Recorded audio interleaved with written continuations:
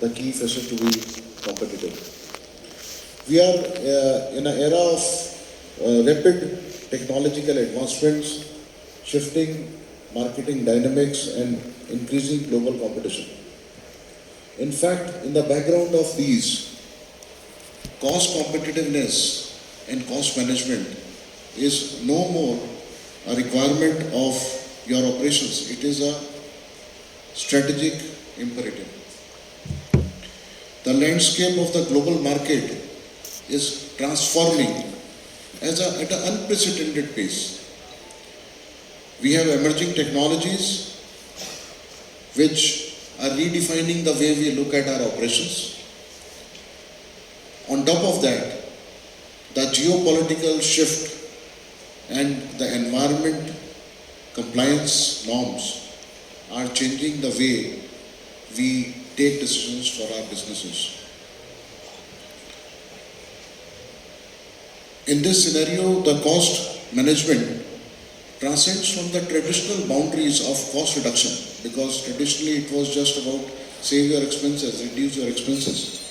It transcends from the boundaries of minimizing the expenses to the realm of strategic value creation. Effective cost management is no longer a cost reduction or the expense reduction. We have to today intelligently optimize our resources for our business growth, for innovation, for sustainability. It is about understanding the critical and intricate balance between our short-term gains and long-term objectives. And this delicate equilibrium is where competitiveness is born and nurtured. To discuss some of these aspects, we have a very eminent panel, and our first panelist, Mr. Jayant Hambarwadi. He is an engineering graduate, and then he's done a management program in manufacturing and technology from the Indian Institute of Management, Bangalore. He is currently the joint managing director of Ashoka & Group, which is the largest machined iron casting group in India with a captive capacity of 120,000 tons per annum and is serving the markets for about 5 decades now. Thank you, sir. Thank you for sparing your time and being with us. We'll look forward to listening your experience and views. Our second panelist, Mr. V. Srinivasa Reddy, is a B.Tech in Mechanical Engineering, M.Tech in Manufacturing from NIFT Ranchi. He has done Executive General Management Program from IIF Bangalore. He has worked in several big foundries. Now he is Executive Director of Synergy Greens Industries Limited. He has raised this foundry as a greenfield foundry.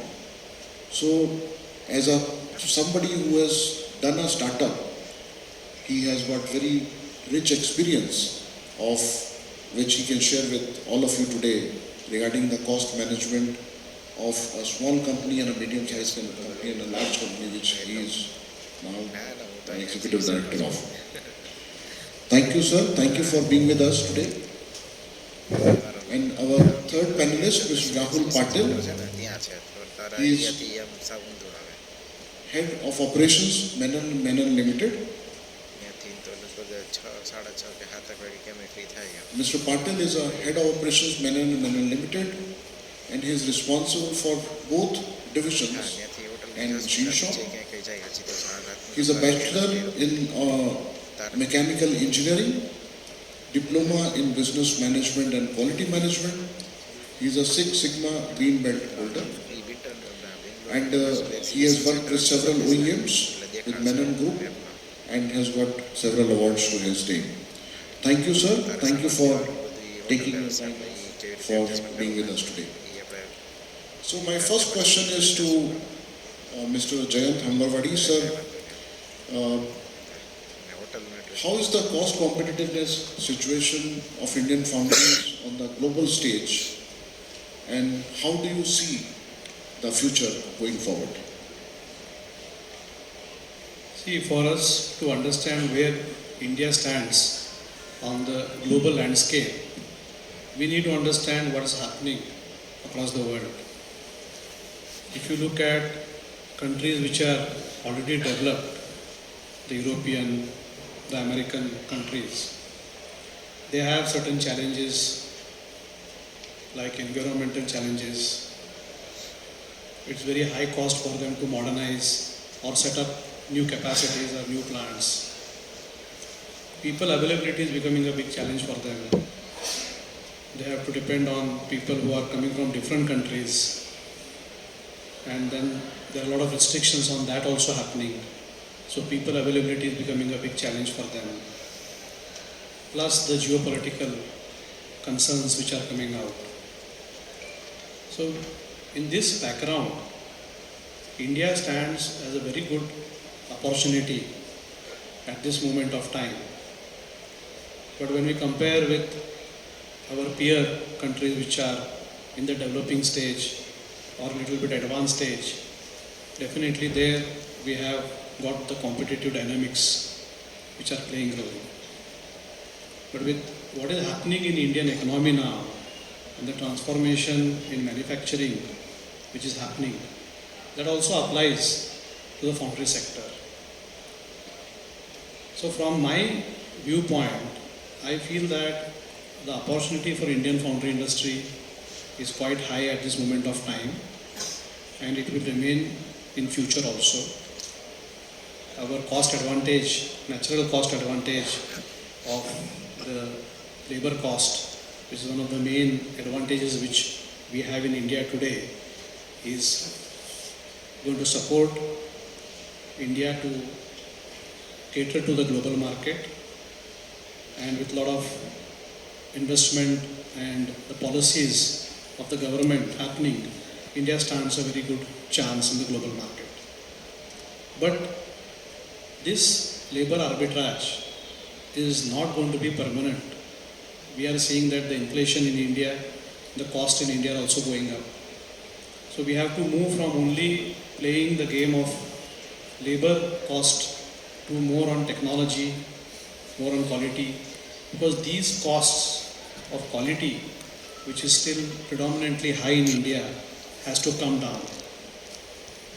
So by investing in the right technologies and focusing on technology products, then we can overcome our only dependence on labor, and we can still see that the future for the Indian foundry industry will be bright for long term also.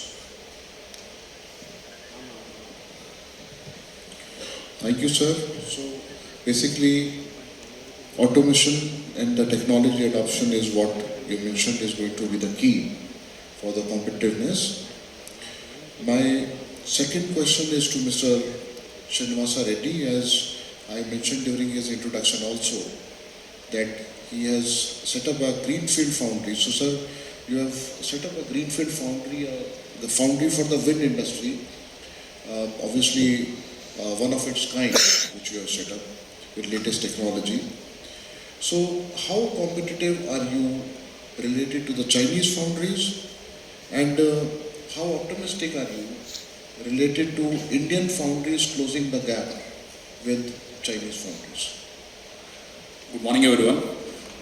Ours is a relatively new foundry. It is built in 2012. We got an opportunity to adopt almost all the technology available in the world, and we could implement in our foundry, and continuously upgrading ourselves to keep in pace with the technology as we move. That's the first. The second is Synergy is the first company to implement fully semi-automated molding line. When you see automation, particularly in the automobiles, or even there are some flashless line doing up to 500 kg 1 ton. In Synergy, we do positive molding line up to 30 ton single piece. This is a unique thing which we innovated, and probably till today also, Synergy is the only company doing it in this process. And we are also trying to manage our process as efficiently as possible. In spite of doing all these things, today there is almost around 25% kind of price gap, or we are expensive compared to the Chinese. I'm talking exports levels. This is the challenge what we are having. And we are continuously assessing where are we lagging. Instead of doing the best thing, how can you bridge this gap actually? The first thing is, today how are we surviving in spite of that 25% gap? If you look at, to our fortune, almost 10 to 12% goes into the logistic cost because we produce large castings. That's the one thing which bridges the gap. The second is any casting coming into India has got a 8% basic custom duty. These two together itself is taking away almost 20% kind of our price gap. Yes, we do understand there is a 5% to 7-8% price gap. We are in the process of bridging that one as well. Actually, And in fact, we did a lot of exercise. Where is that the Chinese are having an edge where we are not able to match actually? When you really see, it is not exactly inside the plant. We felt it is outside the plant, that cost competitiveness. Say for example, commodity alone is contributing around 10-12% of the cost difference, the price actually, Because like in India we buy at 47, 48 rupees a bigger and steel scrap and like that. In China it will be available much below 40 rupees kind of the number actually, Then same thing exists with small incremental thing 3 to 4% in consumables, in power cost, and even the kind of volumes they do, like a Synergy we do around 30,000 tons per annum actually, I have seen our competitors in China doing more than 100,000 tons, 200,000 tons. I mean, they enjoy the economic scale, That is where they bring the competitiveness, actually, And of course, the last one is export incentives given by the Chinese government for exporting the casting from there. The good part is we heard this export duty is going to go away, the down the line, say in 2025 or so. So that should come to our advantage down the line. And to answer the last part, how are you going to bridge this gap? How optimistic are to match with the Chinese competition? One is Chinese labor cost is also catching up very quickly. Almost they are catching up with the Europeans. The subsidy is going away, and we becoming more and more competitive. I don't see any problem in beating Chinese, at least in India or in a Western countries. Actually, that's how. So that's a encouraging part which you have mentioned, that there are challenges as of now, but in future there is a very high likelihood that we'll be able to catch up with them in terms of the cost competitiveness. My next question is to Mr. Rahul Patil. Sir, how has the cost management evolved and what will be the future era for it? Yeah. Our cost management is consistently improving through different phases, what I feel. The first phase would be improving on the internal efficiencies part of it, like what we have been doing consistently over past few years and will be keep on doing it. That is something like yield improvement, weight optimization, alternative material usage, like that, scrap reduction, etc. The second phase of it is introduction of technology. So by introduction of technology into the machines, the technology into the processes, the technology into the materials, have considerably improved the productivity and the quality of our products. The good part of the technology, it is giving the consistent results on a productivity front, as well as on a quality front, as well as on a weight kind of thing of the castings. So that has been the second part where the cost management has been improved a lot. And now the future, what I look it at as the sustainability will be the future of the cost management, where we have to invest into the green technologies like sand reclamation, maybe renewable energy part of it, using waste of the foundries, reuse of the foundry waste to recycle it, like that where some people are doing the paint sludge has been converted into the new paint. So these things will be helping us for grow further. Thank you. Yeah. Thank you, sir. My next question is to Mr. Jayant Hambarwadi. Sir, what are the challenges, main challenges as per you, because you are running I would say foundries which are making very huge castings, big castings. You are running a no bake line, you are running a green sand foundries as well. So what are the challenges faced by the Indian foundries regarding the cost competitiveness? Yeah, so when we try to compare ourselves on the global platform, where does Indian foundries stand vis-a-vis the global foundries? When we do a benchmarking of the best foundries in the world, one of the things what we find is the gap in terms of the number of people used and the quality. There is a significant gap even today between the best foundries in the world and the Indian foundries. Now this gap is what our challenge is. We have an advantage of labor cost, but that advantage of labor cost is somehow getting compensated by the quality differential gap and the productivity gap. So if you really see, like Mr. Reddy was talking about, that the Chinese foundries are, in terms of the base price, they are 20% to 25% lower in terms of cost. Of course, there are some advantages which they get from the government intervention and all that.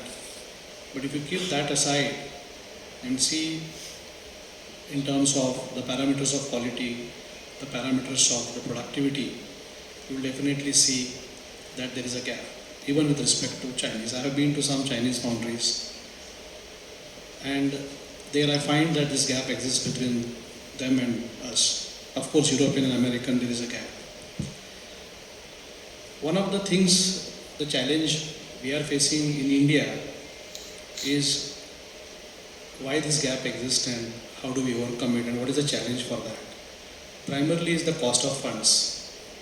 The amount of investment which the foundries across the globe, which are benchmark foundries, they are doing is much, much higher than what we are doing in India.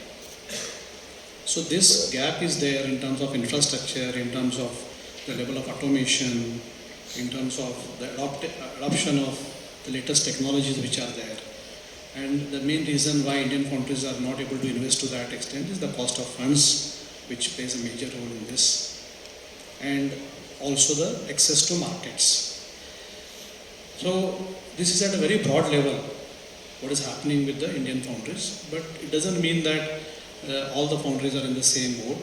There are foundries in India which do understand this, and they are trying to figure out how they can overcome these challenges and still compete in the global market. And at a firm level, each organization, each company will have to figure out its own sweet spot. We cannot just look at that whether we can replace 10 people with a robotic system. That's not the way we need to look at. We need to look at the total cost of manufacturing, and based on that, we'll have to look at how we can invest more so that we can compete into the global market on an overall cost management basis. So basically, it's the low productivity, high cost of capital, low level of automations, as Mr. Hambarwadi said, and several other factors also. Sir, my next question to you, Mr. Reddy, is like Mr. Hambarwadi said, that the productivity levels are high. So, can you give your opinion regarding the need of skill development to improve the productivity, as well as the need for digitization and also for data analytics for reducing the cost? See, if you look at the majority of the foundries, everybody is having same equipment, same product, same raw material. But what is the distinct differentiator? That is the skills, the process what we adopt actually. I believe if you pay attention to the skill development, that is one of the biggest winner for you actually. In fact, the present generation is blessed with the digitization actually. That can be another big differentiator. In fact, today we are seeing whatever you go and measure the data, analyze it, that can be improved. Means it's your choice to go on high priority items and keep track of it on continual basis. Unlike in good olden days, wherein you used to struggle in getting the data, whether related to the productivity or energy consumption or anything actually, no. Today, you install some small instrumentation wherein the data is already available. In majority of the cases, it can come with some analytics as well. So you only need to intervene and make decisions actually, no. When this kind of data is available at all the levels, then the people can come forward with a lot of innovative ideas. How do you improve this thing actually? I feel these three things can create good cost advantage for the foundry. So apart from the foundry, skill development is obviously going to contribute to the nation building also, because you know we have a lot of young generation which needs to be skilled. I would like to share my experience also, sir, because in our company also we've been exploring the digitization and also using the smart factory concepts in a big way. And we are in the process of implementing because we have a CCTV which is throughout the factory. So we are right now in the process of implementing, there's a productivity tool which they give nowadays, wherein through your CCTV you can get a report of the amount of productive time which each of your employees spent on the machine, or it applies to both your employees which are maybe on the shop floor or on the administrative side as well, you know. How much time did he work on a particular machine or not, he was sitting, he was standing, you know, all sort of things. So that's something which, so we have already been working with the company on that. Plus now there are sensors which they can put on your machines, wherein you can get the online data about the health of the machine, which decreases your breakdowns. Obviously breakdown is a cost, and gives you an indicator about the health of the machine also, and helps you to increase your energy also. So obviously for the digitization, and there are a lot of data which it can generate, and data analytics is going to help in a big way. My next question is to Mr. Patel. Sir, the context of cost has changed over time, with customer determining your target, they giving you a selling price and working on the target price, selling price concept. So can you elaborate on that, sir? Yeah. If we look back into the 90s, we as a manufacturer were not worried so much about cost. We go on producing whatever cost comes to it, we add the required profit to it, and we were deciding the prices of our products. But as the competitive landscape changed over time, customers started dictating the prices, and which forced us to think in on the cost side of it. And then the entire supply chain started improving as the cost pressure built into the system, and then the product costs came down considerably low. The best example I can give you is a Maruti 800. The price in the 30 years had changed very negligibly. That is the power of the dictating prices by the customers. Thank you. Yeah. So the price pressures makes us more efficient, is what Mr. Patil says, and I agree with him. My next question is to Mr. Jayant. Sir, automation, digitization, smart factory concepts, what is their role, and how much can they help us in achieving our goal of cost competitiveness? See, today, what is very important is how do you manage the overall cost of your operations. In Foundry, we all very well know that there is a lot of variation in the material pricing, which impacts the cost of the foundry. But that is one part of it. that is beyond the control of the foundry operations. But what is possible and within the hands of the manufacturing teams of the foundry is what they have to more focus on. So we should not get mixed up between the raw material pricing and the actual operational cost. So when we really look at the tear down analysis of operational cost, we will try to find out that how much is the wastage in the system. And when you look at this total wastage in the system, you will find that the productivity of the whole system from the starting process to the end of the process, there are a lot of gaps. And these gaps can definitely be bridged by automation, by digitization, and with smart factories using certain software tools. All these levers are today available, which was not available 10 years ago. What is very key in this whole thing is how do you integrate all this set? If you try to do in bits and pieces, you may not get that full advantage of automation.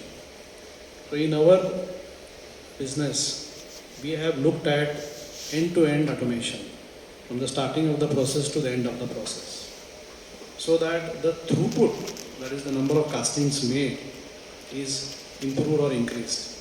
If your number of castings do not increase and if your reject rate doesn't come down, then you are not going to get any benefit from part by part automation. Of course, when you do this, the investment cost goes up because you have to look at the total process, the total value chain. But then you will get the returns out of that. Because what happens is, all this is going to cost a lot of money. If you robotize, you do a lot of automation, talk about low cost automation, but low cost automation has its own limitations. Because today the world is changing so fast and low cost automation can be good in only certain sectors. Beyond that it cannot play much role. So when you try to automate the whole set of things, that time your investment cost goes up, but your reject rate comes down, your throughput goes up, and overall, depending on the product, you may achieve certain cost reductions or you may achieve a more sustained cost. Even sustaining the cost is very important because India has an inflationary cost, and even if you are able to sustain a cost and move out the waste from your process, it means that you are becoming more and more competitive. So becoming more and more competitive by eliminating the waste from the system and becoming more efficient is the right way, and the automation and digitization is a lever which has to be used very intelligently, I would rather say. Just putting in high-end automation and you are not getting the net result. Automation can also be dangerous, that it can either give you output or it will give you zero output. In a manual system, you have the Indian jugaad system where you can still get some output. But automation completely fails down if you don't maintain it or if you don't handle it in a proper manner. But yes, we have to move towards that world of automation so that we can either reduce our cost or sustain our cost and be more competitive.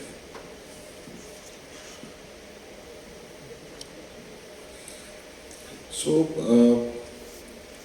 sir, my next question is to Mr. Reddy.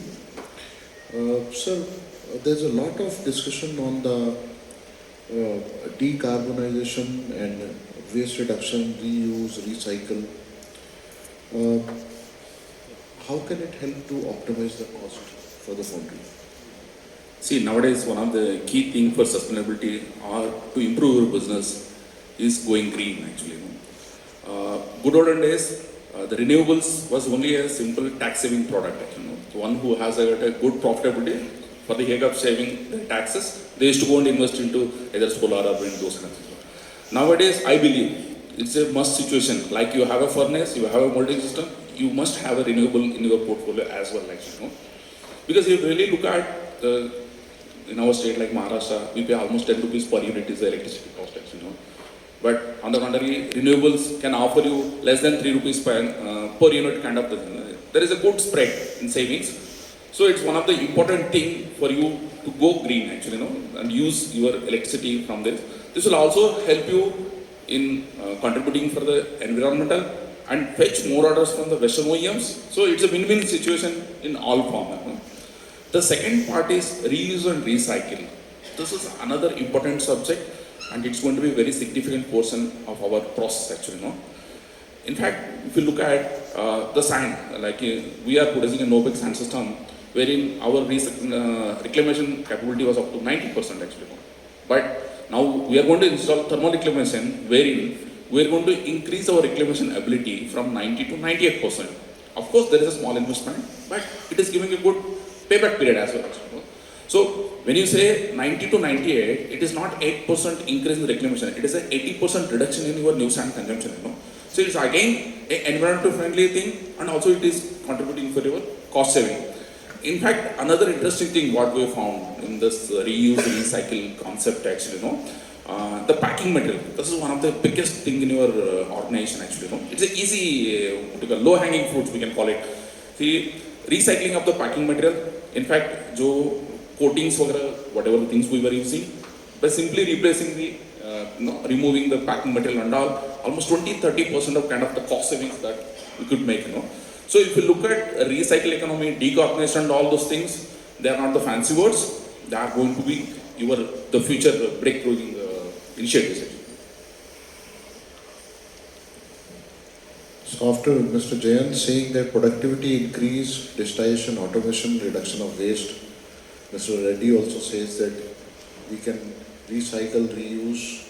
So don't hesitate to invest a bit and look at the opportunities to reuse so that you reduce your cost. My next question is to Mr. Patil. Sir, when you are designing a new plant or a facility, can you build in such way to be more cost competitive? Yeah, here I would like to quote the example of our new plant.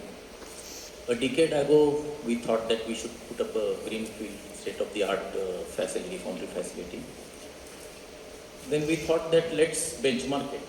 We visited various foundries across the globe, China, Austria, Hungary, Japan, Thailand.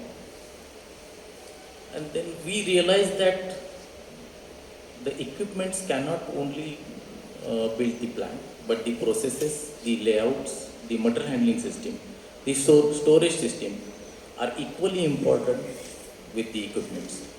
So these things can bring us the cost competitiveness and gives us the cost advantage for a longer time.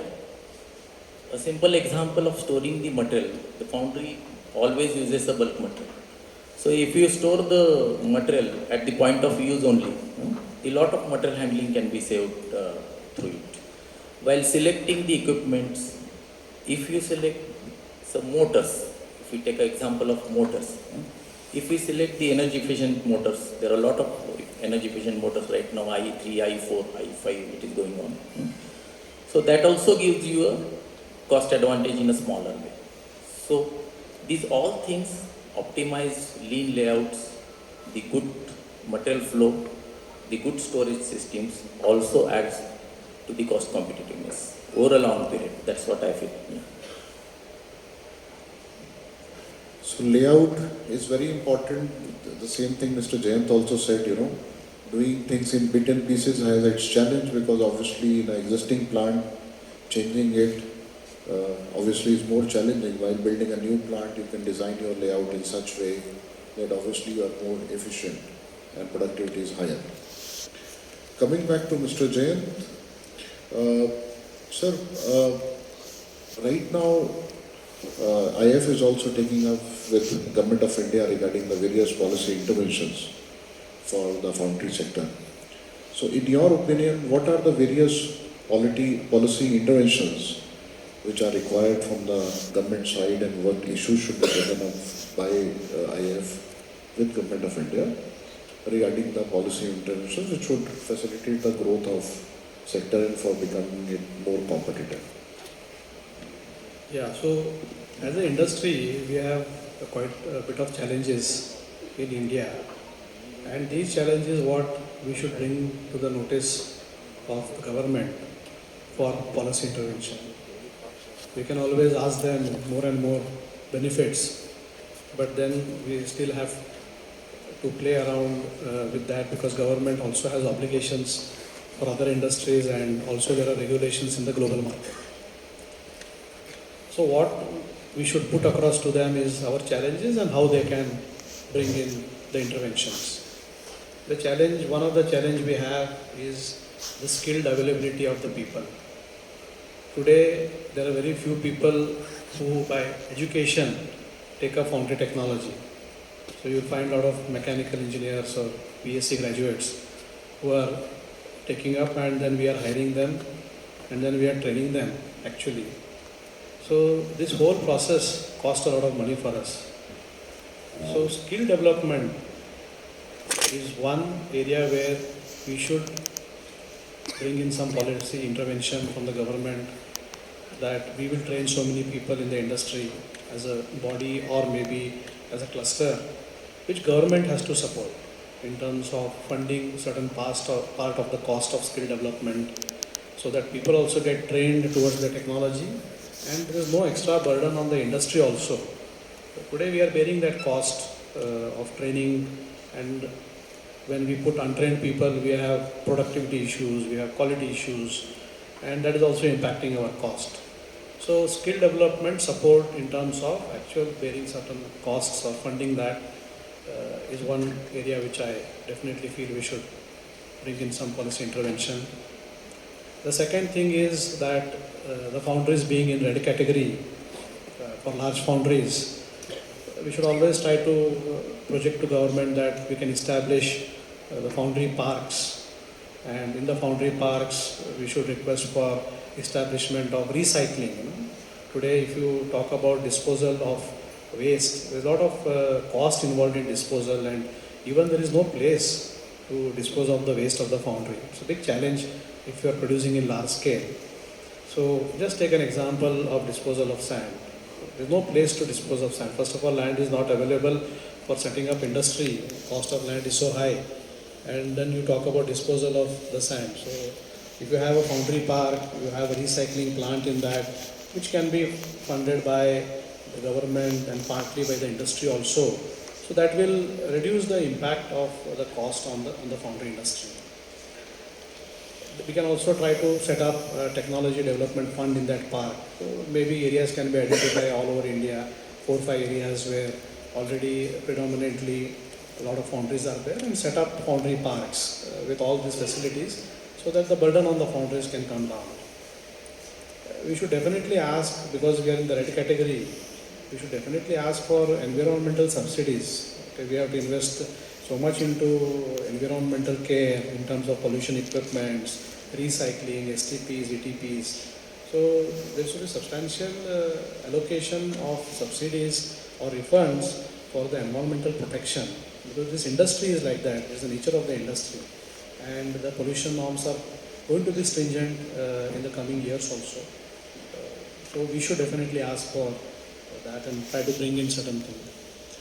One more challenge across, we see that the mining of sand is a state issue, and then there is no stable mining policies, which is hindering in terms of availability of sand and also the cost of the sand. So there we need to impress upon the state governments at different regional levels, or maybe at the national level also, to bring in this stable policy, because that is the way the raw material is. Until unless we have a complete recycling, we will still have to depend on natural resource. The foundry casting, iron casting industry, if you compare the total logistic cost of incoming logistic and outgoing logistic, as a percentage of your selling price is very, very high compared to the other type of engineering products, because it is a base material. So in India, the logistic efficiency is still not to the level of the international level. That is why the cost of logistic compared to our selling prices in casting industry is quite high. And we have to try to bring in some type of incentive mechanisms here or policy interventions which can reduce the logistic cost, which is not in the scope of the foundry operations, is beyond the scope of the foundry operations, which is basically related to the ecosystem of the Indian logistic industry. So there is one area I find that we can bring in certain which can really bring in more competitiveness to the industry. Now coming to the, as a IIF, as a body, what we can do, I'm sure that they are doing a lot of things.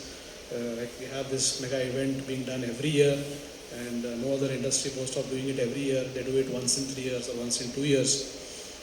Even international fairs are done once in 3 years or 4 years. So as an ecosystem, the industry is doing that every year.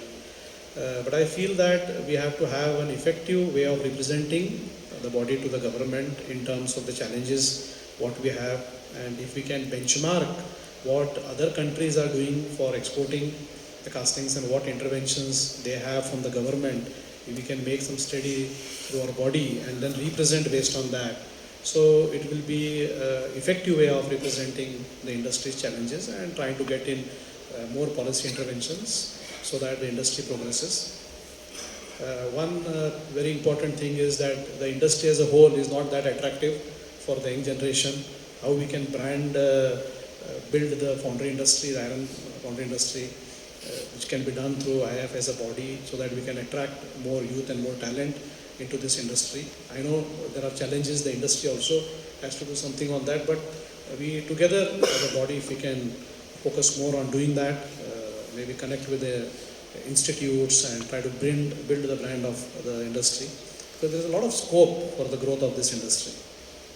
Then we can also send a lot of delegations from India to different countries where they are doing well in the foundry industry, and they can come here and we can do more of interaction and try to have sharing of knowledge between the peer countries and see what progress we can do.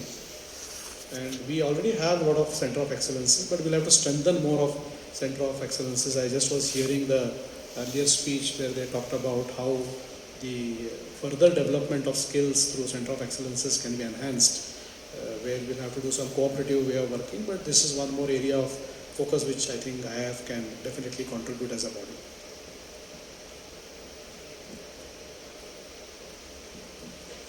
Thank you, sir. These are very useful inputs for us to take up the various matters with the government, and also the suggestions which you have given us related to the activities of IIF as well. We have ED also here, and we would be discussing it at the various forums. My next question is to Mr. Reddy, sir. Can the cost management be aligned with sustainable and ethical business practices? In fact, if you want to make your business big, the only way to make it big is the ethical way, actually. Because if we have some of the non-ethical practices, it eats up a lot of time. At the end of the day, the same time, if you focus on your business, you can transform into the big numbers, actually. That's one. The second thing is, when you have a good ethical practices in your organization, it creates a lot of trust among all the stakeholders, whether it is the customers, whether it is the suppliers, even employees and shareholders, actually. At the end of the day, all these guys bring so much of value that whatever you are going to save through unethical practices can easily outbid this thing. So it doesn't make sense to stick into that. Go in a straight path. See, growth is unlimited, actually, for any ethical company. Today, if you look at in the open market or the stock market and all those things, they don't tolerate even 1% for the smallest of the non-ethical practices. There is no dearth of money. You be ethical and aim big, and you can achieve these goals. Yes, very rightly said, sir. In fact, if you want to be a long-term story, you have to be ethical, and if you want to grow big, then obviously, you have to be having an ethical business practice, which obviously has been demonstrated by all the companies which have done well, including your own companies. My next question is to Mr. Rahul Patel. Sir, we hear a lot about data analytics and cost reduction. Please share your experience regarding the use of data analytics and the cost reduction which you might have achieved by that. Yeah. See, the data analytics definitely helps us in a big way, but it has to be linked with our objectives. Otherwise, it will become something, a fancy thing to talk about it. So I'll just share an example. Our new foundry, the automated foundry. There are only single equipments for each processes. So maintenance becomes a very vital thing, and we have to focus on preventive maintenance. So we had a lot of breakdowns in one of the vibratory shakeouts earlier. So there we started the monitoring of the data. We put some sensors there on a temperature sensor, then vibration sensors, then amplitude sensors. And then soon we plotted that data and optimized the parameters. And then we find that we can control that failures prior to anything, any breakdown. And then that has been helped us in a lot many ways. Then the same thing we have deployed horizontally in other areas of sand plant also. And recently we have started the monitoring the data regarding the power at different points, and we are working out the strategy to control it also. Thank you, sir. My next question is to Mr. Jayant. Sir, besides the cost management, are there any other key factors that impact the cost competitiveness of your business? The cost is one aspect of the business. A lot of other aspects which determine the competitive advantage or the competitiveness you can bring to your business. So when you look at the point about how to be better than the other competing industry, there are different factors